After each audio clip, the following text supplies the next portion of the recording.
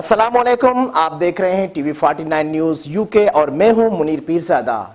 आइए आपको ले चलते हैं आज की खबर की जानिब। Shahdadpur institute of medical sciences अस्पताल के मुलाजमीन ने तनख्वाह ना मिलने के खिलाफ ओपीडी का बाइकाट करके अस्पताल के मेन गेट पर बैनर्स उठाकर एहतजाजी मुजाहरा किया। शदीद नारेबाजी, मरीज परेशान, तनख्वाह जारी करने का मुतालबा। जिले सांगड़ के सबसे बड़ी अस्पताल में 15 रोज गुजर जाने के बाद भी डायरेक्टर तैनात नहीं किया गया।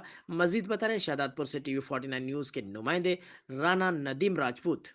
जी बिल्कुल मुनीर, मैं आपको बताता चलूँ कि Shahdadpur institute of medical science SIMS अस्पताल शहदादपुर के मुलाजमिन ने 2 माह से तनख्वाह ना मिलने पर ओपीडी का बाइकाट करके अस्पताल के मेन गेट पर बैनर उठाकर एहतजाजी मुजाहरा किया।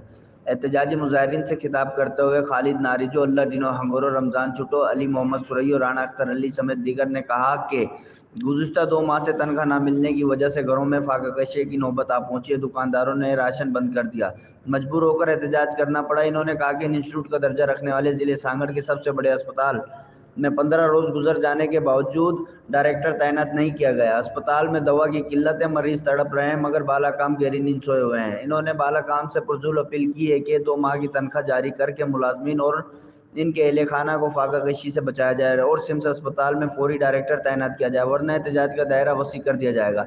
अस्पताल अमले की जानिब से की जाने वाली हड़ताल की वजह से दूर दराज से आने वाले मरीजों को सख्त अजियत का सामना उठाना पड़ा। मरीज अस्पताल आने के बाद हड़ताल की वजह से प्राइवेट क्लिनिकों पर जाने पर मजबूर हो गए। कैमरामैन माजिद अली के साथ मोहम्मद नदीम राजपूत, शहदादपुर।